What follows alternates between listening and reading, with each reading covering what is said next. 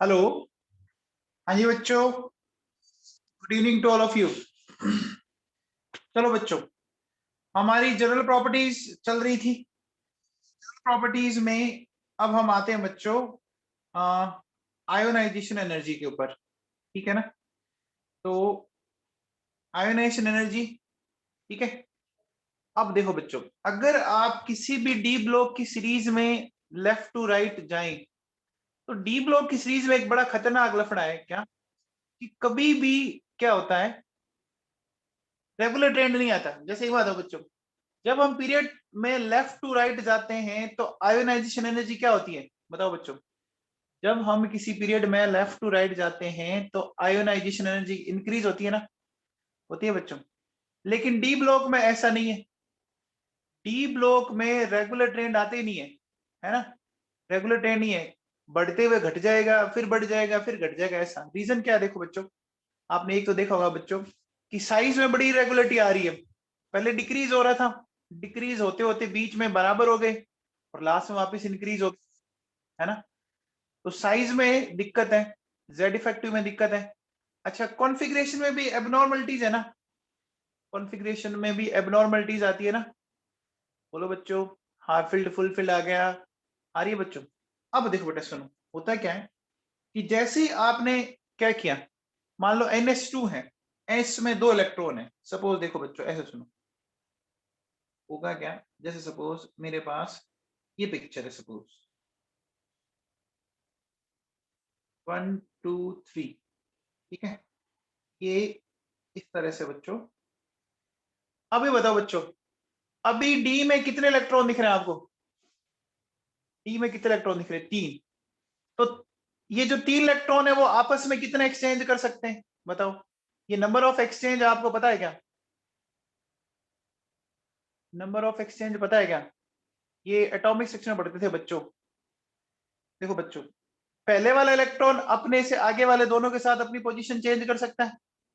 पहले वाला इलेक्ट्रॉन आपस में कर सकता है, दूसरे वाला अपने से आगे वाले के साथ कर सकता है। कर सकता है क्या? देखो बच्चों, ये पहले वाला इन दोनों के साथ अपनी पोजीशन चेंज कर सकता है, कर सकता है ना? तो 2 एक्सचेंज ये हो गई।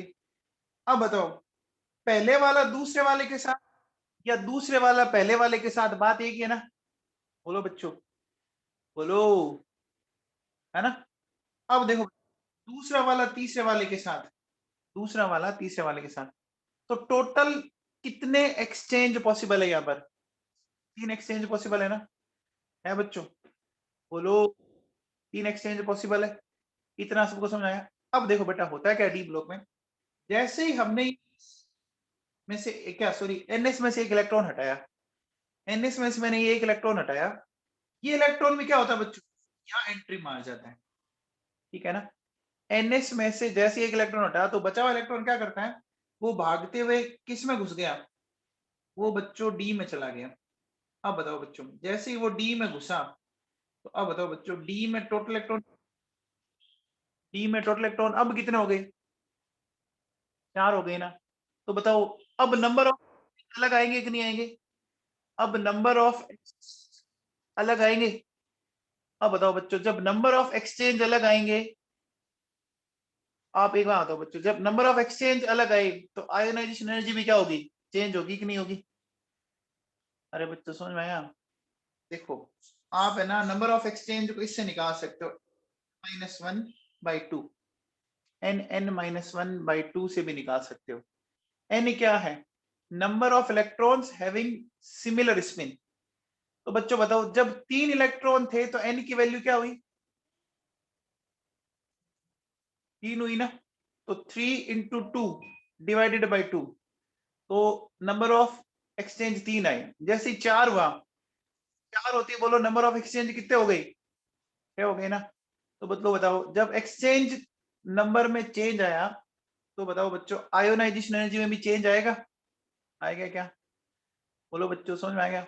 ये क्वेश्चन आता है आपके 12th में कि डी ब्लॉक के जो एलिमेंट्स होता है उनमें कोई रेगुलर ट्रेंड नहीं आता, रेगुलर ट्रेंड नहीं आता, तो समझ में आ गया? बोलो बच्चों, आ गया? अब देखो बच्चों, सुनो, जैसे जैसे अपन एक पीरियड में लेफ्ट टू राइट जाते हैं तो आयोनाइजेशन एनर्जी क्या होती है बच्चों, राइज होती है ना। जैसे जैसे एक पीरियड में लेफ्ट टू राइट जाते हैं, तो देखो बच्चों सुनो, जैसे ये है, ठीक है ना, इस तरह से,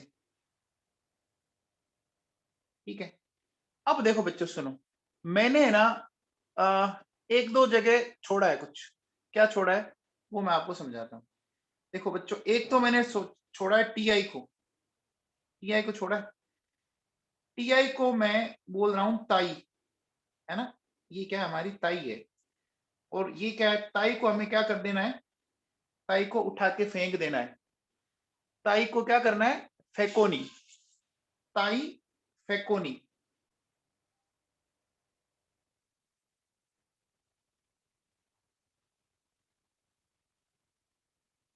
बोलो बच्चों। तो अब देखो बेटा हुआ क्या, कि होना तो क्या चाहिए था, होना तो क्या चाहिए था बच्चों, वेनेडियम का टाइटेनियम से ज्यादा होना चाहिए, लेकिन मामला अलग है, टाइटेनियम का ज्यादा आता है बच्चों, ठीक है ना। इसी तरह से देखो फेकोनी में भी क्या है, फेकोनी में होना तो निकल का ज्यादा चाहिए था कोबाल्ट से, लेकिन मामला उल्टा है, मामला उल्टा है बच्चों। उल्टा कैसे, देखो ये इस तरह से। तो बच्चों आपको याद रहेगा कहां कहां पे दिक्कत हुई। ताई को क्या करना है, ताई को क्या करना है, फेंकना है, ठीक है, फेकोनी। देखो टी आई और एन आई याद रह जाएगा, टी आई जहां पे आई लगा हुआ है और एन आई लगा हुआ है, तो यहां आपके एक्सेप्शंस हैं, ठीक है ना।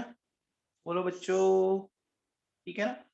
अब देखो बच्चों, 3D सीरीज में देखो कोई भी सीरीज है डी ब्लॉक की, तो डी ब्लॉक की किसी भी सीरीज का जो फर्स्ट एलिमेंट है ना उसका आयोनाइजेशन एनर्जी सबसे कम होती है, और जो लास्ट एलिमेंट है ना उसकी आयोनाइजेशन एनर्जी सबसे ज्यादा होती है। तो 3D सीरीज में सबसे कम होगी स्कैंडियम की, सबसे ज्यादा होगी जिंक की। 4D सीरीज में फिर देखो वाई की मैक्सिमम, सॉरी मिनिमम, और मैक्सिमम होगी सीडी की। 5D में एलए की और एचजी की होगी मैक्सिमम। ये समझ आ गया, ये आता रहता है बच्चों क्वेश्चन। अरे बच्चों समझ में आ गया। अब देखो बेटा सुनो, ग्रुप में बड़ा इंटरेस्टिंग है, ग्रुप में बड़ा इंटरेस्टिंग है, क्या है, एक बार बताओ बच्चों, डी ब्लॉक में जैसे जैसे अपन नीचे जाते हैं तो जेड इफेक्टिव बढ़ता है ना, डी ब्लॉक में डाउनवर्ड जाते हैं तो जेड इफेक्टिव बढ़ता है। तो 3D 4D 5D में से किस एलिमेंट्स में जेड इफेक्टिव ज्यादा होगा, 3D 4D 5D में से बताओ, 5D में से। अच्छा आपको पता होगा बच्चों, अगर थर्ड ग्रुप को छोड़ दूं तो बाकी सारे ग्रुप्स के अंदर आप मुझे बताओ बच्चों, 4f ऑर्बिटल आ जाता है क्या, 4f ऑर्बिटल आ जाता है क्या बच्चों, आ जाता है ना, 4f ऑर्बिटल आ ही जाता है बच्चों। तो 4f आते ही बच्चों क्या होता है कि आपने देखा होगा कि 32 का डिफरेंस आने लग जाता है, आने लग जाता है। क्यों आता है, क्योंकि बीच में f ऑर्बिटल आ जाता है। अब जैसे ही f ऑर्बिटल आता है बच्चों, f ऑर्बिटल के आते ही वहां पे क्या लफड़ा हुआ, लेंथेनाइड कॉन्ट्रैक्शन हुआ ना, और f ऑर्बिटल न्यूक्लियस को रोक पाता नहीं है, तो न्यूक्लियस इसका फायदा उठाता है और इलेक्ट्रॉन पर अट्रैक्शन बढ़ा देता है। तो बच्चों अगर मैं थर्ड बी ग्रुप को छोड़ दूं तो बाकी सारे ग्रुप्स में क्या होता है बच्चों, 5D एलिमेंट्स का जो आयोनाइजेशन एनर्जी है ना वो 3D और 4D से ज्यादा होती है। देखो बच्चों ये लाइनें समझ में आनी, क्या पढ़ के बताओ। In groups of D block, elements of 5D have more ionization energy than 4D and 3D except third group, because in the configuration of 5D series elements 4f orbital is present which has a negligible shielding effect, and that's why nuclear attraction है ना, nuclear attraction increases on valence electron, nuclear attraction increases on valence electron resulting in the increase in ionization energy। बोलो बच्चों समझ में आया क्या, बोलो आगे बात में कंफर्म। अब देखो बच्चों सुनो, हमारे पास ये वाला मामला है, ठीक है। अभी हमने क्या किया था बच्चों, कौन कौन से को पकड़ा था बच्चों, देखो अगर मैं आपसे बोलूं कि जैसे मेरे पास ये थर्ड ग्रुप है, तो थर्ड ग्रुप में बच्चों बताओ साइज का ऑर्डर क्या आता है, थर्ड ग्रुप जिसमें साइज का ऑर्डर अगर मैं पूछूं तो ये आता है क्या बच्चों, साइज का ऑर्डर ये आता है, आता है बच्चों, ठीक है। लेकिन साइज का ऑर्डर अगर ये है तो इनमें आयोनाइजेशन एनर्जी का ऑर्डर क्या आ जाएगा बच्चों, बताओ। तो ग्रुप में नीचे जाने पर डिक्रीज हो रहा है। अब आओ बच्चों, देखो अगर मैं जनरल ट्रेंड की बात करूं ना साइज में, तो बताओ बच्चों, अगर जनरल ट्रेंड की बात करूं तो 4D और 5D का क्या था बच्चों, याद करो। 4D और 5D का साइज ऑलमोस्ट इक्वल था। लेकिन एक बात बताओ बच्चों, देखो अब अपन बात करेंगे आयोनाइजेशन एनर्जी की, समझना मेरी बात को। देखो 3D का ज्यादा होगा 4D से। अब बताओ बच्चों 4D 5D का साइज तो बराबर है, लेकिन बताओ बच्चों किसके न्यूक्लियस में पावर ज्यादा है, 4D वाली की या 5D वाली की। बोलो बच्चों किसकी न्यूक्लियस में पावर ज्यादा है, 5D वाले में होगा ना, प्रोटॉन ज्यादा है ना। अरे एटॉमिक नंबर ज्यादा होगा ना 5D वाले का, 32 से डिफरेंस आएगा ना। न्यूक्लियस की पावर का मतलब क्या हुआ, न्यूक्लियस की पावर का मतलब न्यूक्लियस में कितने प्रोटॉन है, क्या समझ रहे हो। तो किसकी न्यूक्लियस तगड़ी पड़ेगी, 4D और 5D में से बच्चों बताओ। 5D की पड़ेगी। हर्ष जनागल समझ में आई बात, हर्ष जनागल समझ में आई। तो अब बताओ बच्चों अगर ऐसा है तो आयोनाइजेशन एनर्जी में 4D और 5D में क्या होगा, 4D और 5D में क्या होगा बच्चों, आया समझ में। अरे आ गया क्या। तो देखो अब देखो बच्चों अगर मैं एग्जैक्ट ऑर्डर लिखूं तो 5D। अब बताओ बच्चों, देखो 5D का 4D से ज्यादा है और 3D का भी 4D से ज्यादा है। ध्यान देना, 5D का 4D से ज्यादा है और 3D का भी 4D से ज्यादा है। तो बच्चों बताओ सबसे बाद में फिर कौन रहा बेचारा, बताओ सबसे बाद में कौन रहा, 4D रहा। तो 5D 3D ये आ गया क्या, 5D 3D आ गया बच्चों। तो ये आएगा जनरल, जनरल मामला। अब देखो बेटा सुनो, ये तो आ गया हमारे पास एक जनरल। लेकिन देखो बेटा जो मैं चीज बता रहा हूं उसको ध्यान देना। थोड़ी देर पहले हमने एक लाइन पढ़ी थी ताई फेंकोनी, यानी एक ये था टीआई वाला और ये थे फिर। देखो पहले हमने निकल के पास वाले दो लिए थे, एफ एंड कोबाल्ट लिया था क्या, पहले हमने निकल के पास वाले लिए थे, लिए थे। बोलो बच्चों निकल के पास वाले लिए थे। इस बार हम टाई के पास वाले लेंगे, किसके पास वाले लेंगे, किसके पास वाले लेंगे बच्चों, टाई के पास वाले लेंगे, टीआई के पास वाला, ठीक है ना। तो देखो बच्चों क्या है, इन ग्रुप्स में क्या होता है बच्चों, जो ये ग्रुप्स है, याद है जाएगा क्या, इसको याद कैसे रखोगे, देखो ये कौन कौन से ग्रुप हो गया, टी आई टाई। बच्चों वीसीआर जानते हो, वीसीआर जानते हो क्या, कभी सुना होगा वीसीआर के बारे में, पुराने टाइम में आता था बच्चों, है ना। ताई वीसीआर नहीं, ठीक है। ताई को क्या बोलना है कि वीसीआर नहीं है, वहां तो ताई को फेंकना था और यहाँ को हम ताई को बोल रहे हैं भैया वीसीआर नहीं है। तो अब देखो बच्चों इन ग्रुप्स के अंदर अगर मैं देखू ना तो क्या आता है सीक्वेंस, इन ग्रुप्स के अंदर सीक्वेंस आता है 5D 4D और 3D, ठीक है ना। इन ग्रुप्स के अंदर ये सीक्वेंस आता है। किस किस में बच्चों याद हो जाएगा क्या, देखो याद क्या रखना है, टीआई और एनआई, है ना। टिन्नी याद रखिए, टिन्नी सी चीज, छोटी सी चीज याद रखनी है, टिन्नी, टीआई और एनआई। जब पीरियड की बात करोगे तो पीरियड में तो निकल के पहले वाले दो ले लेंगे, ठीक है ना। और जब ग्रुप में बात करेंगे तो टाइटेनियम से आगे वाले दो ले लेंगे। तो इनमें देखो बच्चों क्या है फिर, इनमें ये आता है बच्चों, ये वाला देखो क्या आ रहा है। अब देखो बेटा इनमें इरेगुलरिटी है तो आपको इनको ऐसे ही याद करना पड़ेगा बच्चों, ठीक है, ये इस तरह से, ठीक है। बोलो बोलो बच्चों। तो अब बताओ बच्चों अगर आपसे कोई पूछे कि बताओ कॉपर एजीएयू में आयोनाइजेशन एनर्जी का ऑर्डर क्या होगा, बताओ कॉपर एजीएयू में आयोनाइजेशन एनर्जी का ऑर्डर क्या होगा, कौन बताएगा, बताओ बच्चों कॉपर एजीएयू में क्या होगा।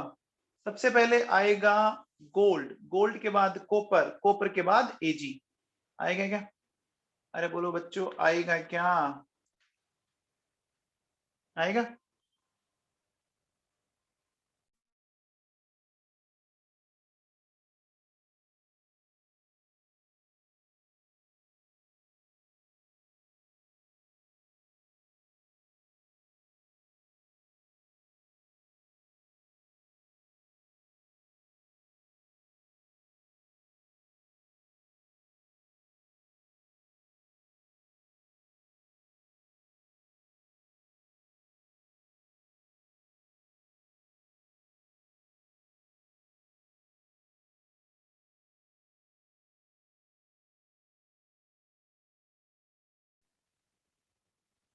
तो देखो बच्चों, ये अगर मैं आपसे बोलूं कि ऐसा आएगा क्या, AU फिर CU फिर AG आएगा बच्चों।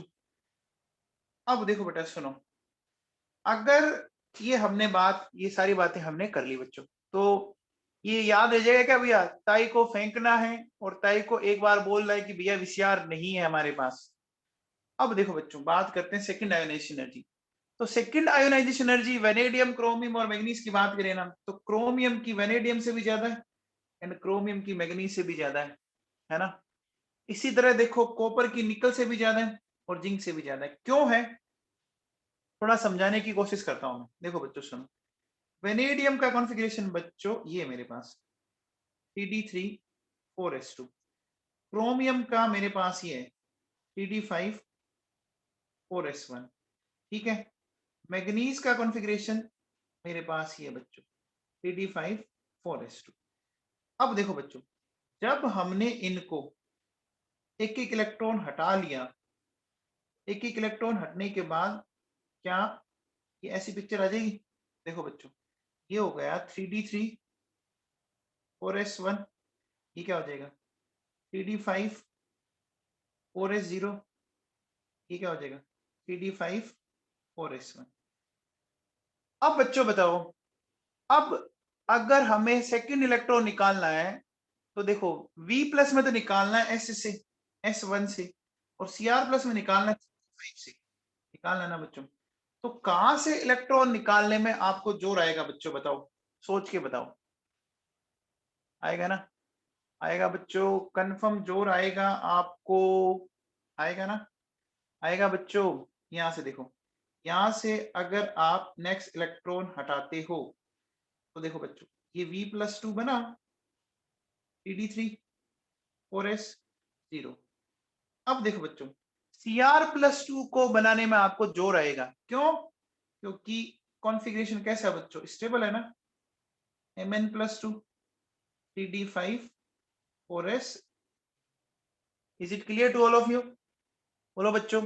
अगर मैं आपसे बोलूं बच्चों कि जो मैग्नीज है ना, इसका थर्ड आयोनाइजेशन एनर्जी बहुत ज्यादा होने वाली है बच्चों, बताओ।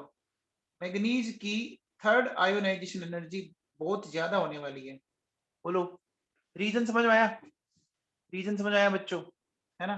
तो अपन बोलेंगे मैग्नीज हैज हाई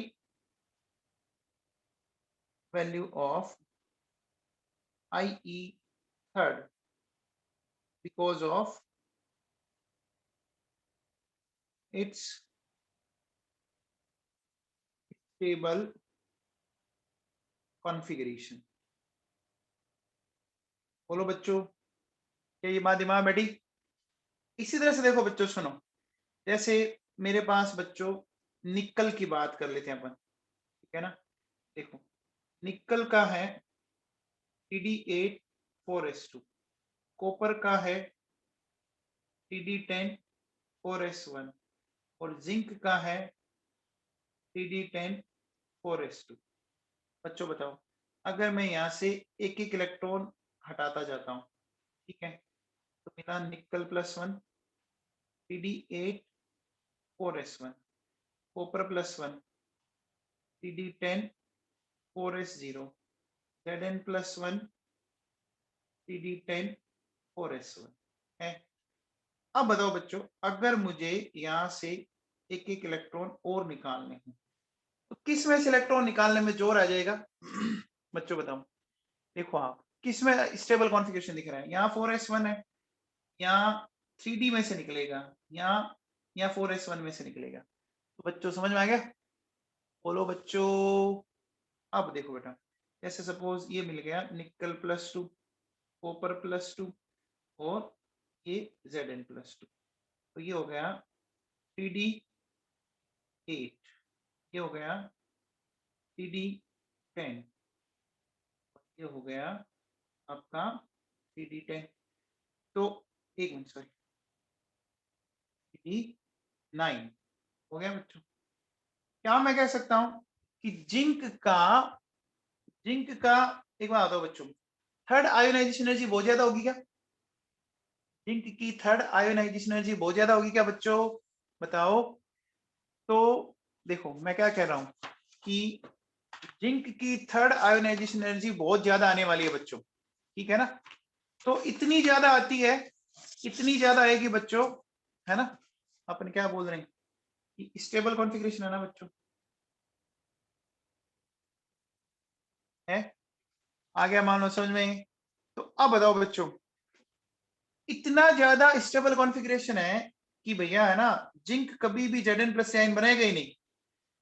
जिंक कभी भी Zn+3 आयन बनाएगा ही नहीं। क्यों नहीं बनाएगा? देखो बच्चों, zinc never form Zn+3 ion, है ना, because of very high third ionization energy. क्या समझ आया बच्चों? Very high third ionization energy. क्या इतना क्लियर है क्या सबको? बोलो बच्चों, इतना क्लियर है क्या? ठीक है, चलो बच्चों अब आओ बेटा बात करते हैं अपन ऑक्सीडेशन स्टेट। देखो बच्चों, अगर डी ब्लॉक में सबसे ज्यादा क्वेश्चन अगर एग्जाम में आते हैं ना, वो इसी टॉपिक से आते हैं बच्चों, ऑक्सीडेशन स्टेट से, है ना। इसको जो बच्चा ढंग से पढ़ेगा ना, उसको बहुत सी चीजें कंसेप्ट क्लियर होगा। सबसे पहले बताओ बच्चों, क्या डी ब्लॉक के मेटल्स आपके वेरिएबल ऑक्सीडेशन स्टेट रिप्रेजेंट करते हैं क्या? वेरिएबल समझते हो बच्चों? +2 +3, एक एलिमेंट दो अलग करता है।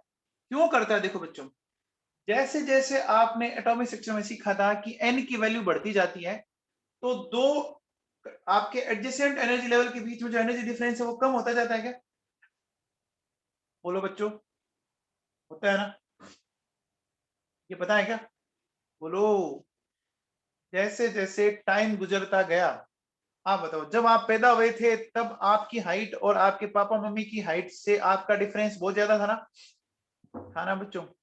अब जैसे जैसे टाइम गुजरता जा रहा है, डिफरेंस कम होता जा रहा है ना। आप ग्रोइंग फेज में अभी ग्रो कर रहे हैं ना। अरे बच्चों सुना रहे?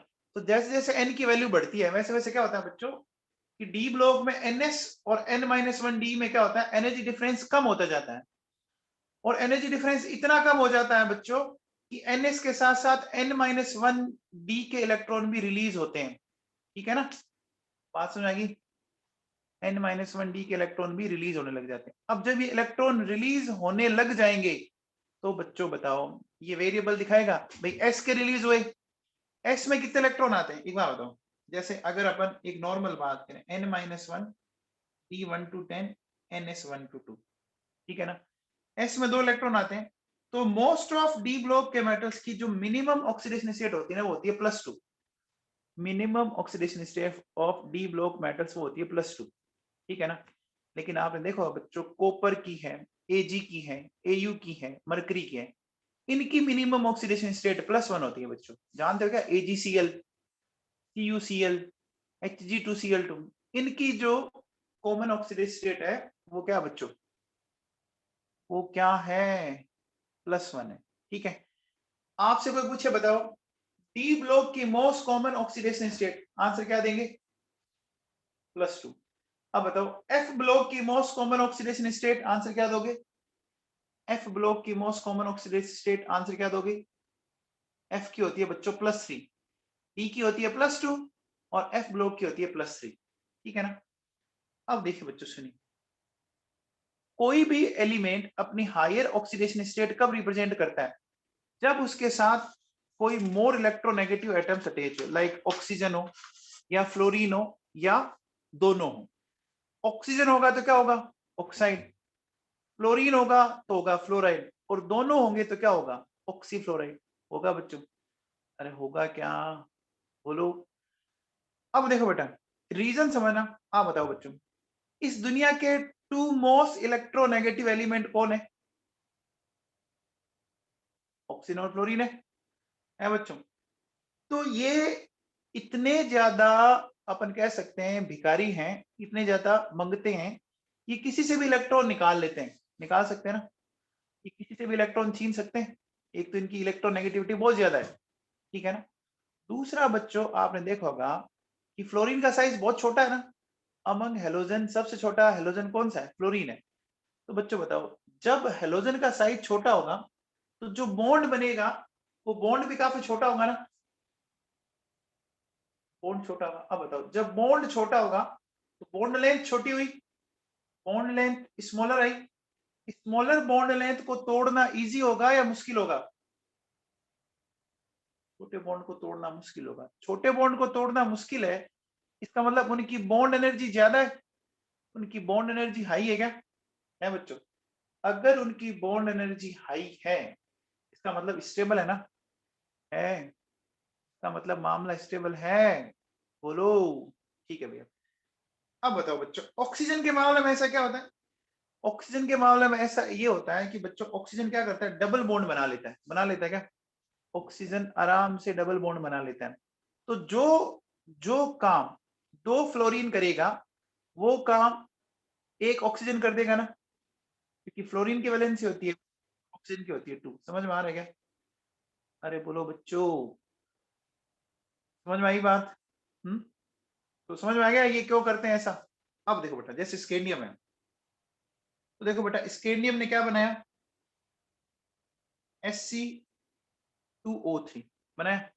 यहाँ अगर आप देखोगे ना बच्चों, स्केंडियम आ रहा है आपका +3 स्टेट में। देखो टाइटेनियम की बात करें, मेरे पास है बच्चों TiO2I(F4) है बच्चों।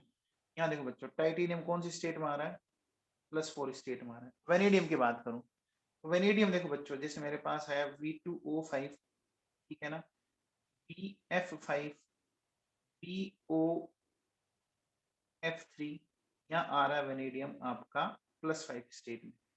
क्रोमियम के तो आप दुनिया भर के देख सकते हो। देखो बच्चों क्या, जैसे CrO3 है बच्चों, फिर CrF6, फिर Cr2O7-2, CrO4-2, CrO5, इनमें आप किसी में देख लो, सब में क्रोमियम की ऑक्सीडेशन स्टेट +6 है क्या?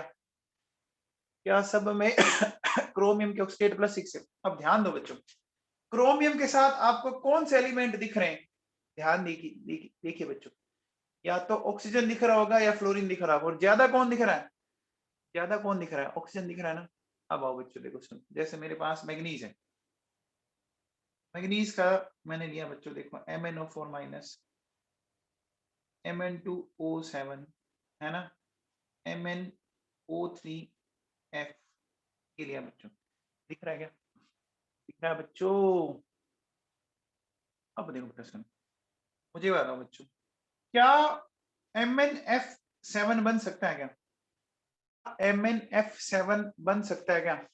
देखो बच्चों, बनेगा नहीं MnF7। रीजन बताओ बच्चों, क्यों नहीं बनेगा? बताओ। क्योंकि वहां पे क्या हो जाएगी बच्चों, क्राउडिंग हो जाएगी। हो जाएगी नहीं हो जाएगी, है ना? देखो बच्चों क्या होगा, इसके साथ जैसे ही मैंने यहाँ पर क्या किया, साथ साथ फ्लोरीन जोड़ी ना, तो बच्चों भीड़ बहुत ज्यादा बढ़ जाएगी ना। साथ साथ फ्लोरीन होती है, ओवर क्राउडिंग होने लग गई क्या? हो गई बच्चों। अब देखो बेटा सुनो, यही काम यहाँ ये +7 ये पॉसिबल नहीं है, लेकिन बच्चों बताओ, ये काम ऑक्सीजन ने बड़ा आसानी से कर दिया क्या? ये काम ऑक्सीजन ने बड़ा आसानी से कर दिया। क्यों? क्योंकि देखो बच्चों, नंबर ऑफ ऑक्सीजन कम जरूरत पड़ रही है ना। क्यों? क्योंकि ये बना रही है। अब जब ये डबल बॉन्ड बना रही है तो इतनी भीड़ की जरूरत नहीं होगी, नहीं होगी ना। बोलो बच्चों, मैं कह सकता हूं बच्चों, ऑक्सीजन हमारी केमिस्ट्री का सेलिब्रिटी है, सेलिब्रिटी है ना। अरे देखो बच्चों, सेलिब्रिटी की जब मैरिज और होती है तो कहते हैं ना कि उन्होंने अपने 50 मेहमानों को बुलाया, है ना। अब बताओ, हमारे 50 लोग तो घर घर के ही हो जाते हैं ना अपने तो। बोलो बच्चों, अपन किसको बुलाएं किसको रखें? बीकानेर में तो 50 लोग अपन घर के ही हो जाते हैं, हो ही जाते हैं बीकानेर में। ऑलमोस्ट ऑलमोस्ट ऐसी फैमिलीज हैं। और वो कहते साहब उन्होंने तो 20 जनों को बुलाया है, होता है ना। तो पता नहीं वो बेचारे घर वालों को भी नाराज ही करते होंगे फिर। सही बात, सही बात है ना। या तो ये है कि ज्यादा से ज्यादा बुलाओ, है ना। अब देखो बच्चों सुनो, आप याद करो, आपने देखा होगा बच्चों, जैसे मेरे पास एक ओस्मियम टेट्राऑक्साइड, रुथीनियम टेट्राऑक्साइड, याद है क्या? ओस्मियम टेट्राऑक्साइड और रुथीनियम टेट्राऑक्साइड में इनकी ऑक्सीडेशन स्टेट क्या आ रही है बच्चों बताओ? ऑस्मियम +8 रुथीनियम +8 आ रहा है क्या? आप बताओ बच्चों, इनकी हायर ऑक्सीडेशन स्टेट किसके साथ रिप्रेजेंट हो रही है? इनकी हायर ऑक्सीडेट किनके साथ रिप्रेजेंट हो रही है बच्चों? देखो ऑक्सीजन के साथ हो रही है ना। अब देखो बच्चों एक चीज और सुनो, आप लोगों ने पढ़ा बच्चों SO3, आप लोगों ने पढ़ा है P4O10, आपने पढ़ा होगा POCl3, है ना, SOCl2, SF6, कहीं भी देख लो बच्चों, आपको ले दे के कौन दिखेंगे? ऑक्सीजन या हेलोजन या दोनों मिला के दिखेंगे। समझ में आ गया बच्चों? तो ऑक्सीजन हायर ऑक्सीडेट को कैसे स्टेबलाइज करवाता है? बोलो बच्चों, ऑक्सीजन हायर ऑक्सीडेशन स्टेट को कैसे स्टेबलाइज करता है? किसके कारण? डबल बॉन्ड फॉर्मेशन की टेंडेंसी के कारण। और फ्लोरीन में क्या खास बात होती है? फ्लोरीन का साइज छोटा है तो बॉन्ड काफी स्ट्रॉन्ग बनता है फ्लोरीन के केस में।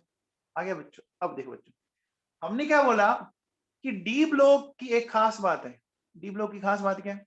कि वो वेरिएबल ऑक्सीडेशन स्टेट दिखाते हैं। वेरिएबल समझ रहे हो बच्चों? अलग अलग दिखाते हैं। लेकिन देखो बच्चों, कुछ ऐसे भी हैं, आपका जो थर्ड ग्रुप है ना, थर्ड ग्रुप में कौन कौन है बच्चों? स्कैंडियम है, इट्रिबियम है, लेंथेनियम और एक्टिनियम है। इनकी सिर्फ एक ही ऑक्सीडेट आ रही है +3। इसका मतलब ये वेरिएबल नहीं दिखा रहे ना, इसका मतलब ये वेरिएबल ऑक्सीडेशन स्टेट नहीं दिखाएंगे। तो बताओ, जब ये वेरिएबल ऑक्सीडेशन स्टेट नहीं दिखा रहे तो इसका मतलब क्या ये टिपिकल ट्रांजिशन मेटल होगा? टिपिकल ट्रांजिशन मेटल किनको बोलते हैं? टिपिकल ट्रांजिशन मेटल्स किनको बोलते हैं?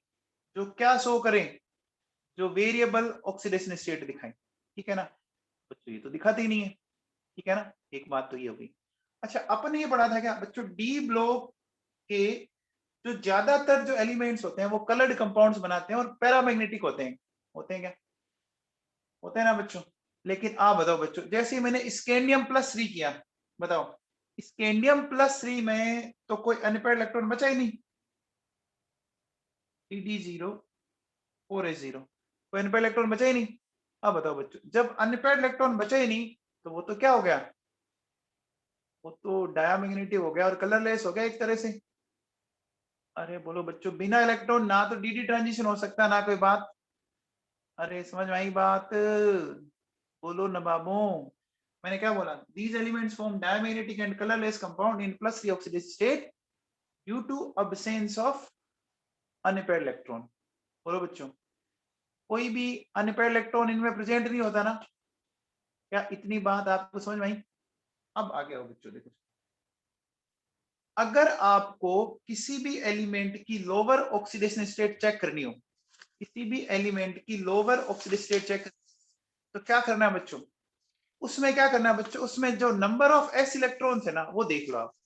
उसमें क्या देखना है बच्चों? नंबर ऑफ s इलेक्ट्रॉन्स देखना है। तो चलो स्टार्ट करते हैं बच्चों।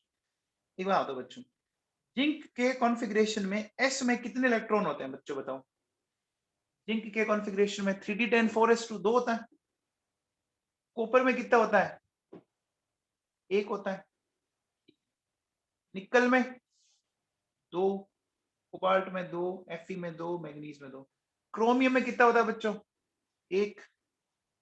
वेनेडियम में कितना होता है? 2। तो बच्चों समझ में आ गया? सिर्फ एक चीज आपको ध्यान रखना पड़ेगा, स्कैंडियम में बच्चों 2 नहीं है, स्कैंडियम में बच्चों 3 है। ठीक है, ये थोड़ा सा आपको ध्यान रखना पड़ेगा। क्यों है उसका रीजन अभी मैं आपको बताता हूँ। ठीक है, अब देखो बच्चों सुनो, ये तो बात होगी लोअर ऑक्सीडेशन स्टेट की। ठीक है, lower oxidation state, number of s electrons किस पे एप्लीकेबल नहीं है? स्कैंडियम पर एप्लीकेबल नहीं। अब हायर ऑक्सीडेशन स्टेट पे आ जाओ, हाईएस्ट कौन सी होगी? तो number of s electrons and number of unpaired d electrons. चलो एक बात बताओ बच्चों मुझे, अगर मैं आपसे पूछूं कि क्रोमियम में d में कितने इलेक्ट्रॉन होते हैं? क्रोमियम का कॉन्फ़िगरेशन याद है क्या? 5 होते हैं ना। तो क्रोमियम में अनपेयर्ड d इलेक्ट्रॉन 5 के 5 हो गए। क्रोमियम में अनपेयर्ड d इलेक्ट्रॉन 5 हो गए। और s इलेक्ट्रॉन कितना था? 1 था। तो सम कितना हो गया? 6 हो गया।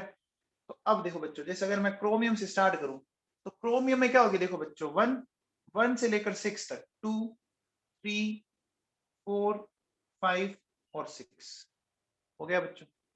अरे समझ में आया, 1 2 3 4 5 6। मैग्नीज में क्या कॉन्फ़िगरेशन होता है बच्चों, बताओ। टी में क्या होता है, T5 होता है। T5 का मतलब कितने अनपेयर्ड इलेक्ट्रॉन हुए, डी में कितने अनपेयर्ड हुए, 5। इसमें कितने, 2। टोटल कितने हो गए, 7। हाईएस्ट ऑक्सीडेशन स्टेट कितनी आ गई, हाईएस्ट +7 आ गई क्या। तो देखो बच्चों, 3 4 5 6 7। तो समझ में आ रहा है, कुछ समझ में आया है क्या। अब आओ बच्चों, अब बताओ, Fe में अगर मैं आपसे बोलूं, Fe में अगर मैं आपसे बोलूं बच्चों, Fe में 3d6 होता है क्या, Fe में बोलो बच्चों 3d6 होता है। तो d6 में कितने अनपेयर्ड इलेक्ट्रॉन है तो d6 अनपेयर्ड तो 4 ही है ना। तो s में 2 थे और 4, ये 2 और 4 कितने हो गए, 6 हो गए ना। तो देखो बच्चों, 2 3 4 5 6 हो गया बच्चों, आई बात समझ में। कोबाल्ट में क्या हो जाएगा बच्चों, 3d7। d7 में कितने अनपेयर्ड इलेक्ट्रॉन होंगे, 3। तो 3 और 2 5 हो गए क्या। तो देखो बच्चों, 2 3 4 5 हो गया। बात निकल की कर लेते हैं, निकल में बताओ बच्चों, निकल में 3d8 है ना, निकल में 3d8 है बच्चों। तो क्या हो जाएगा, 2 3 4। कॉपर की मेरे हिसाब से याद ही होती है वैसे सब बच्चों को, क्या कॉपर में +2 आएगा क्या, आएगा ना। अरे कॉपर में ये फंडा कॉपर पे नहीं लग पा रहा है, जिंक में वही है। अब आओ बच्चों, वेनेडियम में क्या है, वेनेडियम में क्या है बच्चों बताओ, 3d। वेनेडियम में क्या है, 3d3। 3d3 है, तो कितने डी में अनपेयर्ड इलेक्ट्रॉन है, 3। और एस में कितने थे,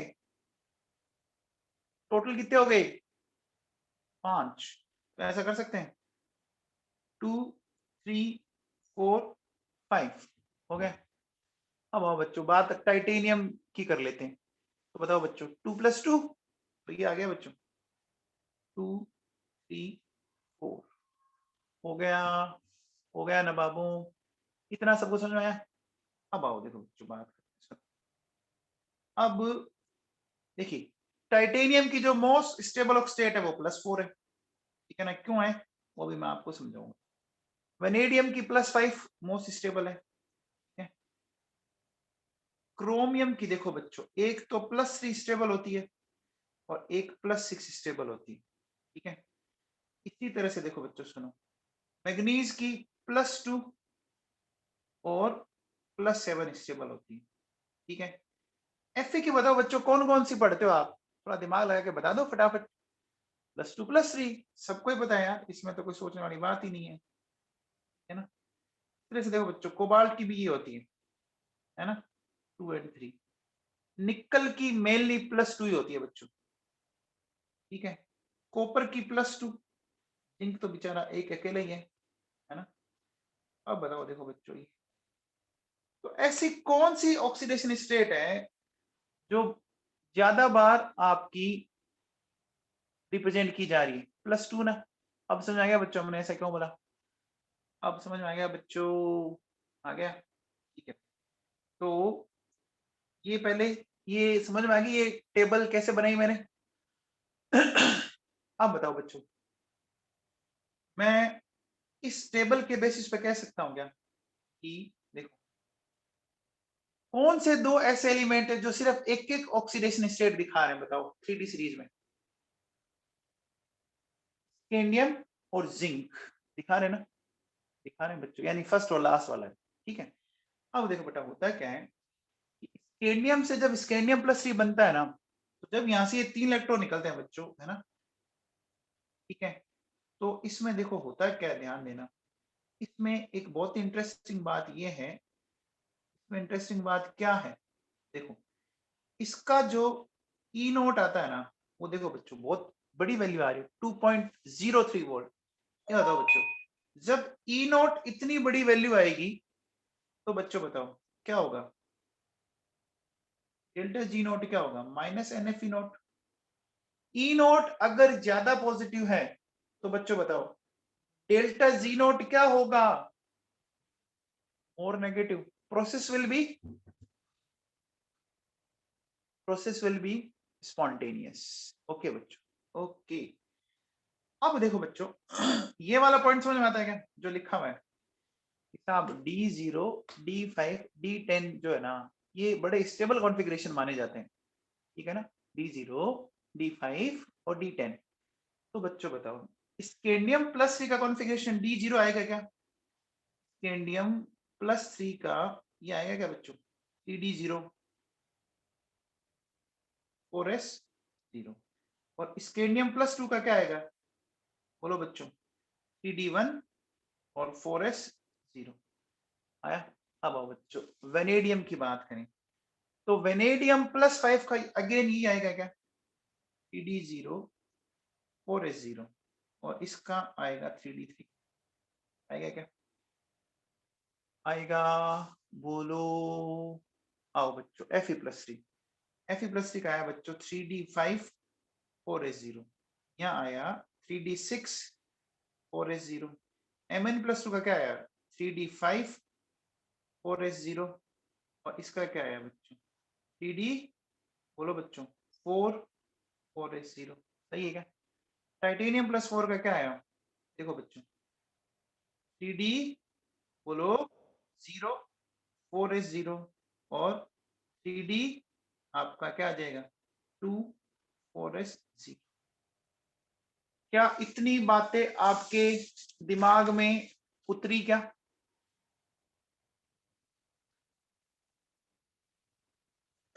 अब देखो बच्चों ये बड़ा इंटरेस्टिंग पॉइंट है। देखो बच्चों क्या कहते हैं, in aqueous solution V+2 and Cr+3 are stable due to half fill T2G configuration. बड़ी इंटरेस्टिंग बात है, देखो बच्चों सुनो, बताओ एक बात बताओ बच्चों, V+2 और अगर मैं बोलूं Cr+3, ठीक है ना, इन दोनों का कॉन्फ़िगरेशन होगा 3d3। अब बच्चों बताओ एक्वस सॉल्यूशन में क्या वाटर लिगेंड की तरह काम करेगा, एक्वस सॉल्यूशन में, तो बताओ बच्चों जब लिगेंड की तरह काम करेगा तो वहां पे क्या होगा, इस तरह से स्प्लिटिंग होगी क्या, इस तरह से स्प्लिटिंग होगी, होगी, ये देखो हो जाएगी बच्चों। नीचे वाला था T2G, ऊपर वाला था EG, आ गया। हाँ बच्चों, अब बताओ हमें 3 इलेक्ट्रॉन भरने, मैंने 3 इलेक्ट्रॉन यहाँ भर दिए, जब मैंने 3 इलेक्ट्रॉन यहाँ भर दिए तो मैं कह सकता हूँ कि यहाँ पर हाफ फिल T2G कॉन्फ़िगरेशन आ रहा है। बोलो बच्चों half fill T2G configuration stable होगा, half filled T2G configuration stable होगा क्या, आया बच्चों समझ में, पक्का बैठ गया दिमाग में मामला। अब देखो बच्चों सुनो, नेक्स्ट क्या कह रहा है कि Y is Cr+2 reducing and Mn+3 oxidizing in nature although both have D4 configuration। इस चीज को समझना बच्चों, बड़ा इंटरेस्टिंग क्वेश्चन है और ये जेई में तो कई बार पूछा जा चुका है और ये एनसीईआरटी का इंटेक्स क्वेश्चन है ना, एनसीईआरटी का बच्चों इंटेक्स क्वेश्चन है। आप कहो तो मैं अभी आपको देखो बताता हूँ, देखो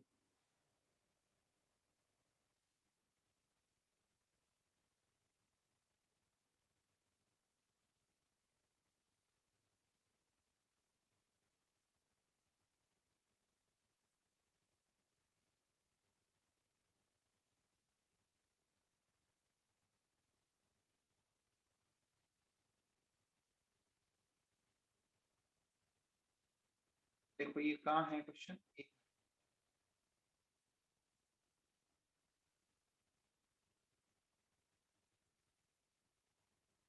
ये देखिए बच्चों, Y is Cr+2 reducing and Mn+3 oxidizing when both have D4 configuration। ये लिखा हुआ था बच्चों, ये लिखा हुआ था क्या, चेक करो, लिखा हुआ था क्या नवाबों? ठीक है, अब मैं इसको समझाता हूँ बच्चों, ठीक है ना? अब मैं समझाता हूँ इसको, सुनना ढंग से। देखो बच्चों, मेरे पास ये अभी CR+2 है बच्चों, ठीक है? तो CR+2 का कॉन्फ़िगरेशन होगा 3D4 4S0। ये क्या होता है बच्चों? रिड्यूसिंग एजेंट बच्चों दूसरों का करता है रिडक्शन, लेकिन खुद का क्या होता है बताओ? रिड्यूसिंग एजेंट दूसरों का करता है रिडक्शन, खुद का होता है ऑक्सीडेशन। ऑक्सीडेशन हुआ, एक इलेक्ट्रॉन लूज किया, लूज करते ही क्या ये हो गया बच्चों? 3D3 4S0 हो गया। हो गया बच्चों। एक बार होता बच्चों, क्रोमियम+3 आ गया, और क्रोमियम+3 अभी थोड़ी देर पहले मैंने आपको बोला था भैया कि ये क्या है? क्रोमियम+3 क्यों स्टेबल है एक्वस सॉल्यूशन में? बताओ बच्चों। अरे क्यों है नवाबों? देखो, ये क्या है क्रोमियम+3? हाफ फिल्ड T2G, है ना? बोलो बच्चों, है हाफ फिल्ड T2G। अब आओ बच्चों, तो ये इलेक्ट्रॉन लूज करना चाहेगा ना? अब देखिए बच्चों, बात करते हैं Mn+3 की। Mn+3 बच्चों ये है, ठीक है? अगर ये एक इलेक्ट्रॉन ले ले, ये कन्वर्ट हो गया Mn+2 में। तो बच्चों बताओ, इसका खुद का हो रहा है रिडक्शन, तो ये काम किसकी तरह करेगा? Mn+3 का खुद का हो रहा है रिडक्शन, तो काम ऑक्सीडाइजिंग एजेंट की तरह करेगा। अब जैसे ही आया बच्चों, इसका कॉन्फ़िगरेशन ही आ गया बच्चों 3D5 4S0। अब बताओ बच्चों, क्या ये स्टेबल हुआ? Mn+2 स्टेबल हुआ क्या? क्यों हुआ? देख लो, D5 आ रहा है, और क्या मैं कह सकता हूँ? क्या है बच्चों? स्टेबल हाफ फिल्ड, है ना? Half filled orbitals. बच्चों समझ में आ गया? अब बताओ बच्चों, ये अगेन एक बड़ा इंटरेस्टिंग क्वेश्चन है। Which is stronger reducing agent, Cr और Fe+2 एंड वाई? ये भी बच्चों आपके एनसीईआरटी का क्वेश्चन है। ये भी आपके एनसीईआरटी का ही क्वेश्चन है। बताऊं एनसीईआरटी का क्वेश्चन? देखो, जो मैंने अभी आपको क्वेश्चन बताया ना, वो एनसीईआरटी का ही क्वेश्चन है। कहाँ है ये? यहाँ देखिए बच्चों,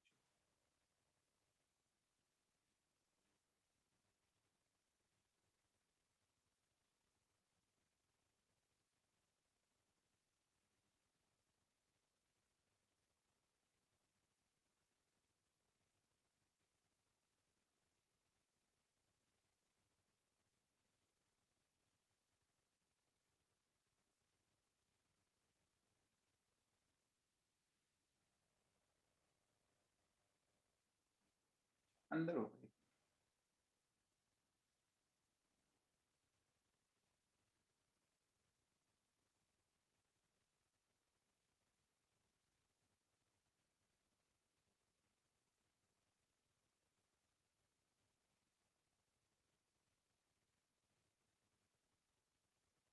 ये देखो, ये बड़ा बच्चों, which is stronger reducing agent, Cr+2 और Fe+2 एंड वाई? दिख रहा है क्या बच्चों? दिख रहा है क्या? अब देखो बच्चों, इसको ये वाला क्वेश्चन है जो 8.7 दिख रहा है आपको, हमें इसकी बात करनी है, ठीक है? तो कैसे करेंगे सुनिए, तो कैसे समझाएंगे अपन को? कुछ इस तरह से समझाएंगे। देखो, रिड्यूसिंग एजेंट करेगा दूसरों का रिडक्शन, खुद का क्या होगा बच्चों बताओ? रिड्यूसिंग एजेंट दूसरों का करता है रिडक्शन, खुद का क्या होता है बच्चों? ऑक्सीडेशन। ओके, एक बात है बच्चों, अगर ये क्रोमियम+2 है, ठीक है ना? अगर ये क्रोमियम+2 है, ठीक है, ये इस तरह से जा रहा है, जा रहा है, तो क्रोमियम+C में कन्वर्ट हुआ। जैसे ये क्रोमियम+C में कन्वर्ट हुआ, ठीक है, मैं एक बार इलेक्ट्रॉन को यहाँ दिखा देता हूँ। वहां पर बच्चों, तो जैसे ही कन्वर्ट हुआ, इसका कॉन्फ़िगरेशन आ गया बच्चों 3D3 4S0। क्या ये हाफ फिल्ड T2G कॉन्फ़िगरेशन में कन्वर्ट हो गया क्या? हो गया बच्चों? हो गया। Okay, confirm. अब देखो बेटा, मेरे पास ये Fe+2 है, ठीक है? ये Fe+2 भी ऐसे चला गया,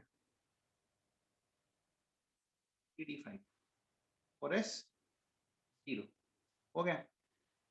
अब भैया, अब है इंटरेस्टिंग बात। अब बच्चा कहेगा सर है ना, देखो आप D5 और D3, लेकिन एक बात बताओ बच्चों, CFSC किसकी ज्यादा है? CFSC Cr+3 की ज्यादा है या Fe+3 की ज्यादा है? देखो बच्चों, बड़ी इंटरेस्टिंग चीज है। यहाँ ये वाली चीज है क्या? यहाँ तो ये चीज आई कैसे?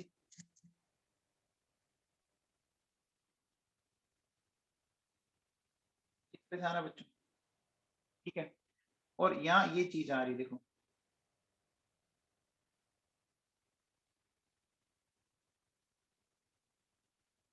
1 2 3 4 5। बच्चों बताओ किसकी CFSC ज्यादा है? देखो बच्चों, Fe+3 में तो जितनी नीचे आ रही है उतनी की उतनी ऊपर आके नेट जीरो हो जाएगी। हो जाएगी क्या? अरे बच्चों याद है क्या? देखो यहाँ नीचे कितनी आएगी? -0.4 delta O into 3 plus 0.6 delta O into 2। ये तो भाई साहब जीरो हो गई। हो गई क्या? लेकिन क्या Cr+3 में जीरो हुई क्या? नहीं हुई ना। तो अब बताओ बच्चों, किसकी CFSC ज्यादा हुई?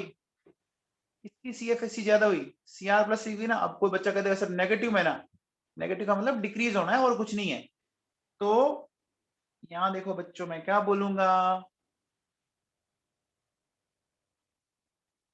पीक फील्ड का कैसे पता लगा? अरे बेटा, हम जो भी रिड्यूसिंग और ऑक्सीडाइजिंग पढ़ते हैं वो हम कौन से सॉल्यूशन में बात करते हैं? एक्वस सॉल्यूशन में। वाटर है ना, क्या होगा? तो देखो बच्चों क्या होगा, है ना? यहां मैं कह सकता हूं कि मोर CFSC। बोलो बच्चों, तो आंसर क्या जाएगा? Cr+2 is a better reducing agent than Fe+2 due to more CFSC। बोलो बच्चों, क्या समझ में आया? अरे ये समझ आया बच्चों, बड़ा इंटरेस्टिंग क्वेश्चन है, ठीक है ना? देखो हम जो भी, एक बार बताओ बच्चों, इलेक्ट्रोकेमिकल सीरीज में जो भी आप SRP या SOP की वैल्यू निकालते हो वो कौन से सॉल्यूशन में निकालते हो? Aqueous solution. ठीक है भैया, आगे आओ। देखो उसमें क्या कहते हैं, मैग्नीज के बाद +3 ऑक्सीडेशन स्टेट बच्चों सिर्फ और सिर्फ कौन दिखाता है? Fe and cobalt. वो भी किन के साथ? वो भी किन के साथ? More electronegative atom like chlorine है, क्लोरीन है, ऑक्सीजन है। जैसे देखो बच्चों, एग्जांपल लिखूं, जैसे Fe2O3, FeCl3, ठीक है, COF3, ठीक है, COCl, ठीक है। अब देखो बच्चों, निकल copper zinc rarely +3 oxidate represent करेंगे, करती नहीं है। क्यों नहीं करते बच्चों? क्यों नहीं करते? +3 के लिए हमें 30 इलेक्ट्रॉन निकालना पड़ेगा, और 30 इलेक्ट्रॉन निकालने के लिए हमें बहुत ज्यादा एनर्जी का इन्वेस्टमेंट करना पड़ेगा। तो ज्यादा एनर्जी लगेगी तो मामला क्या हो जाएगा? घाटे का सौदा हो जाएगा। समझ में आया? तो निकल copper zinc never form +3 oxidate state because of large value of third ionization energy. अब आओ देखो बच्चों, अब जो नेक्स्ट पॉइंट है ना, बड़ा इंटरेस्टिंग है, इसको समझना बच्चों। देखो बच्चों, एक्वस सॉल्यूशन में ना Copr+2 जो है ना वो ज्यादा स्टेबल है Copr+1 से। जबकि देखो कॉन्फ़िगरेशन वाइज तो ऐसा लगता है कि Copr+1 होना चाहिए, लेकिन ज्यादा स्टेबल बच्चों Copr+2 है, ठीक है? इसका रीजन देखो होता क्या है, कि एक्वस सॉल्यूशन में कॉपर प्लस 1 बट्टा टिकता ही नहीं है, वो तो हाथों हाथ क्या हो जाएगा, डिसप्रोपोर्शनेट हो जाएगा। किसमें कन्वर्ट हो जाएगा, किसमें कन्वर्ट हो जाएगा बच्चों, डिसप्रोपोर्शनेट। ठीक है, कैसे, देखो बच्चों, ये लिखा हुआ है कॉपर प्लस 1, एक कॉपर प्लस 1 तो ऑक्सीडाइज हो गया इसमें और एक चला गया इसमें। अब अगर मैं इसको प्रूव करना है ना, तो प्रूव करने के लिए क्या हम लॉजिक काम ले सकते हैं बच्चों इलेक्ट्रोकेमिस्ट्री का? तो देखो बच्चों सुनो, एक कॉपर प्लस 1 जा रहा है कॉपर प्लस 2 में, जा रहा है क्या? ठीक है, N1 की वैल्यू होगी 1 और E1 नॉट। बच्चों पहली वाली इक्वेशन को मैंने उल्टा किया है ना, पहली वाली इक्वेशन को मैंने उल्टा किया है ना, क्या हो गया बच्चों, माइनस 0.16 वोल्ट हो गया। फिर देखो सेकंड क्या कर सकते हैं, कॉपर प्लस 1 एक इलेक्ट्रॉन लेकर कन्वर्ट हो जाए कॉपर के अंदर, ये हो गया N2 की वैल्यू 2। बच्चों इलेक्ट्रोकेमिस्ट्री पढ़ाई है, जिन्होंने नहीं पढ़ा पढ़ेंगे अपन, टारगेट वाले बच्चों टेंशन मत लो। 0.52, ठीक है ना, क्या आ रहा है 0.52 वोल्ट। अब बताओ बच्चों, अगर मैं इन दोनों इक्वेशंस को जोड़ दूं, जोड़ने पे देखो बच्चों क्या आ जाएगा, copper plus 1 copper plus 1 copper plus 2 copper.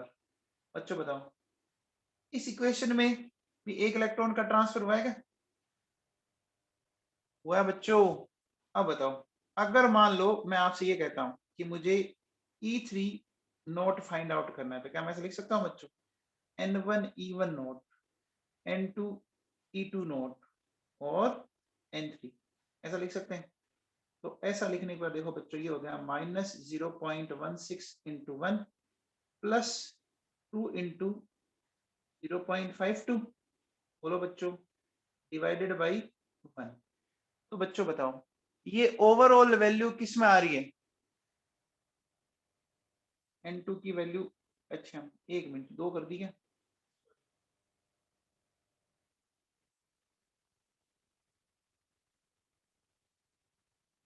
Overall value किस में आ रही है बच्चों, बताओ, पॉजिटिव में आ रही है, कितनी आ रही है, कितनी आ रही है, 0.36। तो बोलो बच्चों ये पॉजिटिव वैल्यू है, तो बोलो प्रोसेस क्या होगा, स्पॉन्टेनियस होगा क्या? बच्चों समझ में आ गया, अरे बच्चों समझ में आ गया क्या? तो ध्यान रखना, एक्वस सॉल्यूशन में कभी भी कॉपर प्लस 1 मिलेगा ही नहीं। अगर कॉपर क्यूप्रस कोई भी सॉल्ट वाटर में सोल्यूबल है ना, तो वो क्यूप्रस के बजाय वो किस में चला जाएगा, क्यूप्रस के बजाय वो किस में चला जाएगा, क्यूप्रिक में चला जाएगा, जाएगा ना, जाएगा। एक बात बताओ बच्चों, ये तो बात आ गई हमारे इसमें। अब देखिए बच्चों सुनो, एक बड़ा इंटरेस्टिंग है कि जब कोई स्ट्रॉन्ग रिड्यूसिंग एजेंट होते हैं ना हमारे पास, जब हमारे पास कोई स्ट्रॉन्ग रिड्यूसिंग एजेंट हो, जैसे सपोज हमारे पास मान लीजिए आई माइनस है या साइनाइड आइन है, ठीक है ना, ये क्या होता है बच्चों, ये है स्ट्रॉन्ग रिडक्टेंट। तो क्या करते हैं बच्चों, ये कॉपर प्लस 2 को रिड्यूस कर देंगे कॉपर प्लस 1 में। अब कैसे कर देंगे वो मैं आपको सिखाता हूँ, देखो ये कैसे कर देंगे, ये चीज मैं आपको सिखाता हूँ बच्चों, इसको थोड़ा सा समझना, क्योंकि ये रिएक्शन से आपके काफी काम आती है बच्चों। देखो कैसे, सुनो, देखिए मैं क्या कर रहा हूँ, मेरे पास है बच्चों ये कॉपर सल्फेट, तो मैंने ट्रीट किया KI के साथ, तो मुझे बच्चों ये मिलता है।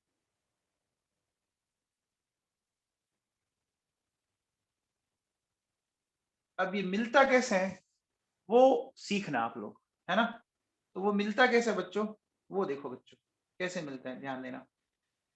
सबसे पहले बच्चों बताओ 4KI है मेरे में से, 4KI में से मैं क्या करता हूँ, इसको ऐसे लिख दूं क्या, 4K प्लस 4I माइनस, इसमें लिखने में तो कहीं कोई दिक्कत ही नहीं है आप लोगों को। एक बात हो बच्चों, हेलाइड आयन क्या होते हैं, रिड्यूसिंग एजेंट होते हैं या ऑक्सीडाइजिंग एजेंट होते हैं, बताओ। हेलाइड आयन रिड्यूसिंग एजेंट होते हैं, ऑक्सीडाइजिंग एजेंट, रिड्यूसिंग एजेंट होते हैं ना। तो देखो बच्चों क्या होता है कि यहाँ 4I में से 2i माइनस क्या करते हैं, इस तरह से कन्वर्ट हो गया बच्चों, I2 और 2 इलेक्ट्रॉन कन्वर्ट हो गया बच्चों, I2 and 2 इलेक्ट्रॉन। ये जो 2 इलेक्ट्रॉन है ना, वो क्या होते हैं बच्चों, हमारे पास कितने कॉपर प्लस 2 आइन है, कितने कॉपर प्लस 2 आइन है, 2 कॉपर प्लस 2 आइन है ना, तो दोनों कॉपर प्लस 2 आइन को, ठीक है ना, दोनों कॉपर प्लस 2 आइन को एक एक इलेक्ट्रॉन मिल गया। तो बोलो बच्चों, जैसे ही दोनों कॉपर प्लस आइन को मिला, दोनों कॉपर प्लस 1 में कन्वर्ट हो गए।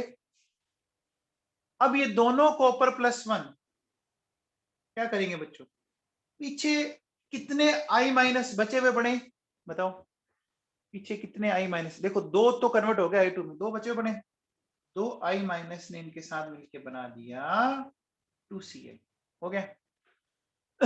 तो बच्चों हमने कॉपर को सबको यूज ले लिया, हमने आयोडीन को भी यूज ले लिया, आयोडाइन। अब कौन कौन से आयन बच रहे हैं पीछे, कौन कौन से बच रहे हैं बच्चों, के प्लस और सल्फेट। कितने के प्लस बच रहे हैं, 4K प्लस और 2 सल्फेट बच रहे हैं। क्या मिल जाएगा बच्चों बताओ, 2K2SO4 मिल गया क्या, बोलो नवाबों मिल गया क्या। तो अब बताओ बच्चों, ये जब ओवरऑल आपकी रिएक्शन हुई, ये समझ में आई क्या भैया, ये रिएक्शन समझ में आई क्या, ये रिएक्शन कैसे हुई। देखो बच्चों, यहाँ कॉपर प्लस 2 था, कॉपर प्लस 2 से कॉपर प्लस 1 में चला गया है, चला गया है क्या, कॉपर प्लस 2 से प्लस 1 में चला गया बच्चों, रिड्यूस हो गया। ये रिड्यूस किसने किया, आयोडाइड आयन, वेरी गुड, बहुत बढ़िया सा। अब देखो बच्चों, अब एक बड़ी इंटरेस्टिंग चीज सुनना, हमने अभी ये इक्वेशन लिखी है क्या, क्या लिखी है बच्चों बताओ, देखो 2 copper sulphate 4Ki, 2Cui plus I2 और K2SO4। अब जो काम आयोडाइड कर रहा है ना, जो काम आपका आयोडाइड कर रहा है, वो काम आपका साइनाइड कर देगा। साइनाइड कैसे, देखो बच्चों, ये कॉपर सल्फेट है और हमें मिला KCl, तो मैंने आई की जगह किसको फिट किया, आई की जगह मैंने किसको फिट किया बच्चों, ठीक है ना। अब जैसे मैंने इसको फिट किया, देखो बच्चों क्या हो गया, 2Cui, I2 की जगह बन जाएगा CN2 और ये मिल गया बच्चों। आपको याद है क्या बच्चों, इसको हमने स्यूडो हैलाइड आयन बोला था, स्यूडो हैलाइड पी ब्लॉक में पढ़ते थे आप, स्यूडो हैलाइड याद करो, वैसी की वैसी रिएक्शन आ गई। अब बच्चों एक चीज बताओ, कॉपर कौन से ब्लॉक का एलिमेंट है, कॉपर कौन से ब्लॉक का एलिमेंट है, डी ब्लॉक का। डी ब्लॉक के एलिमेंट को अगर लिगेंड एक्सेस में मिल जाए तो क्या वो कॉम्प्लेक्स बना लेते हैं क्या, डी ब्लॉक को अगर एक्सेस में मिल जाए। तो आप बताओ बच्चों, कॉपर प्लस 1 की कोऑर्डिनेशन नंबर क्या है, 4 है बच्चों, बताया क्या, कॉपर प्लस 1 की कोऑर्डिनेशन नंबर 4 है ना। तो देखो बच्चों क्या होगा, ये हमारे पास CuI है ये CuI लिख दिया क्या, एक मिनट, आई कहां से आ जाएगा, सीएन हो गया ना। तो देखो बच्चों, ये CuCN क्या करेगा बताओ, इसका कोऑर्डिनेशन नंबर 4 है, तो अभी एक कॉपर के साथ कितना साइनाइड दिख रहा है, अभी एक कॉपर के साथ एक साइनाइड दिख रहा है, तो कितने और साइनाइड चाहिएंगे, 3, तो 2 CuCN के लिए कितने चाहिएंगे, 2 CuCN के लिए कितने चाहिएंगे, 6। तो मैं बच्चों यहाँ पे 6 लिख सकता हूँ क्या, 6KCN। और याद करो बच्चों, ऐसा कॉम्प्लेक्स हम लोगों ने कभी बनाया था, K3CuCN4, याद करो कोऑर्डिनेशन केमिस्ट्री में ऐसा आप लोगों को पढ़ाया जाता है बच्चों, बोलो। तो अगर मैं इन दोनों इक्वेशंस का एडिशन कर दूं, अगर मैं इन दोनों इक्वेशन का एडिशन कर दूं बच्चों, देखो कैसे, देखो 2 moles of copper sulphate, KCN कितने मोल हो गए, KCN के 10 मोल हो गए क्या, अरे बोलो बच्चों, KCN के 10 मोल हो गए क्या, 10 KCN, इसका मतलब KCN हमने एक्सेस में लिया है क्या, क्या मिल गया, K3CuCN4 ये मिल गया बच्चों, और ये मिल गया बच्चों में CN2 और 2K2S। आया समझ में बच्चों? बोलो। तो ये इस तरह का एक कॉम्प्लेक्स बनता है। चलो बाकी अपन कल लेते हैं बेटा फिर, ठीक है ना, बाकी मैं आपको कल समझा।